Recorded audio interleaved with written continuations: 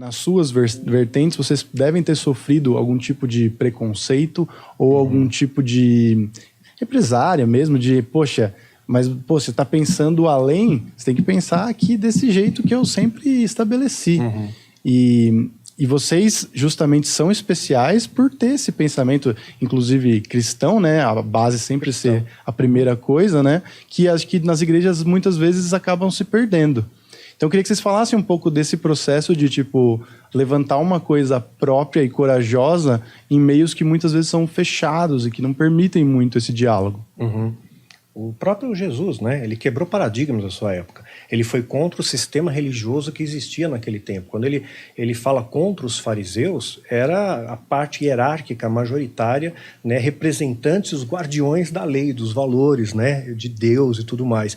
E Jesus chama esses caras de raça de víbora, de sepulcros caiados, hipócritas, de condutores cegos. Ele chuta a mesa dos cambistas no templo, né? E hoje a gente vê muito comércio voltando para as igrejas, lamentavelmente, né? Vendendo a porcaria ungida, isso, aquilo. Então, Jesus, ele quebrou esse paradoxo no período dele e continua quebrando nos dias de hoje. Né? Ele continua chutando a mesa dos cambistas do mesmo jeito. Né? Então, ele não foi... sei que o povo pediu a sua crucificação, né? Em uníssono, pediram, crucifica, mata Jesus e solta o bandido. E hoje, lamentavelmente, muitas pessoas ainda estão dando absolvição para o bandido, para aquele cara que engana, que cai bem naquela questão do propagandista de Hitler, né? O Goebbels, que é uma mentira contada várias vezes ganha o status de verdade.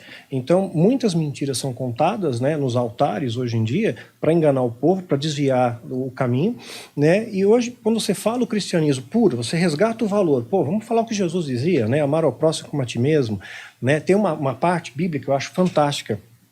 Certa vez os apóstolos vieram até para Jesus e disseram, olha, tem uns caras aí expulsando demônios em teu nome e nós proibimos eles, porque não podem fazer isso, né? Eles não estão junto conosco, eles não fazem parte dos apóstolos, não te seguem, né? Não são discípulos. E Jesus diz, bom, aqueles que não são contra nós são a nosso favor.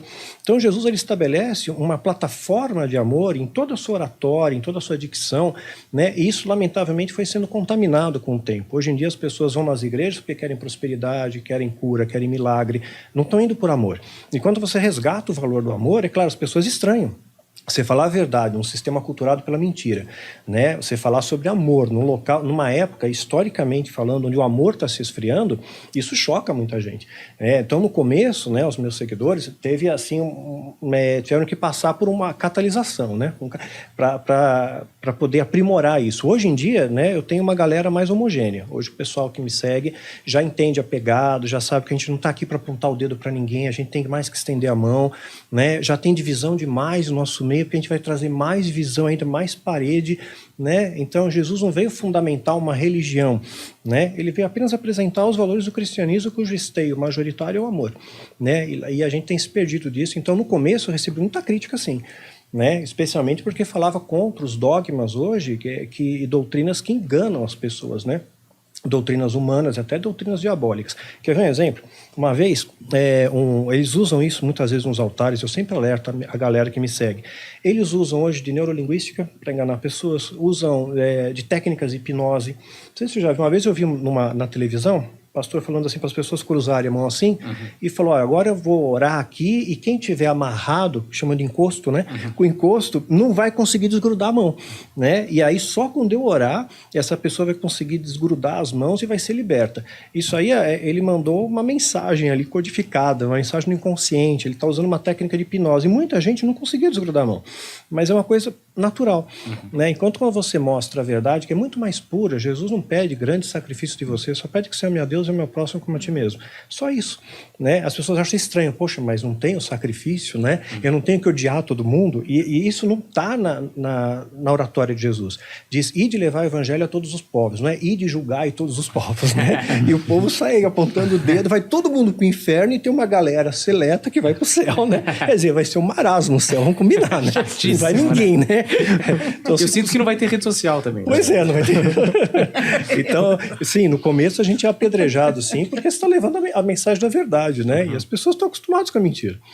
Então, é essa a pegada. Não sei como é que funciona lá eu também concordo muito com isso. É a simplicidade, é apenas o amor mesmo, né? Não tem mais que isso.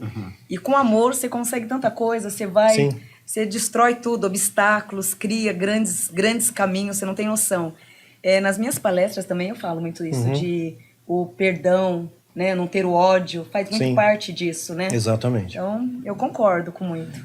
Mas você sentiu alguma dificuldade de quando você entrou no meio de algumas críticas, alguma coisa assim ou não? Sim, até mesmo da minha própria religião. Ninguém... ela é uma charlatã, porque onde já se viu um bandista? Ela é um bandista, ela é católica, ela é o quê? Ela é geminiana. Então, geminiana tem todas as religiões. Né? Então, tudo isso. Tive muitas críticas sobre isso. Mas eu tenho também essa visão aberta, muito aberta sobre isso. Eu acho que essa pluralidade o amar, o enriquece, né? perdoar. Que nem ele disse mesmo, não tem muito o que se fazer. A técnica do amor. Não tem. Sim. Né? É a técnica do amor, a técnica do perdoar, do aceitar. Já imaginou? Perdoar é uma técnica tão difícil, não é? Não é para qualquer um. Exatamente. Então, a partir do momento que você trabalhar, né, ter essa técnica dentro de você, na minha opinião espiritual, você já está num parâmetro, assim, bem superior. Porque o perdão, ele é difícil.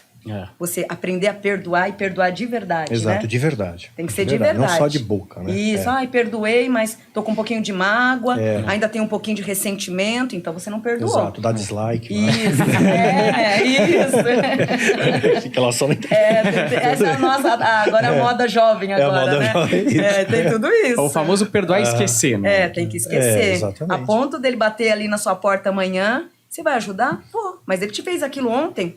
Paciência. Eu vou ajudar com todo o amor do mundo. Exato. Eu acho assim. Eu acredito que seu ensinamento é isso, né? Exatamente. Uma coisa que, inclusive, nós e vocês tomamos porrada juntos foi na coisa do ateu vai pro céu. A gente já falou várias vezes sobre esse assunto.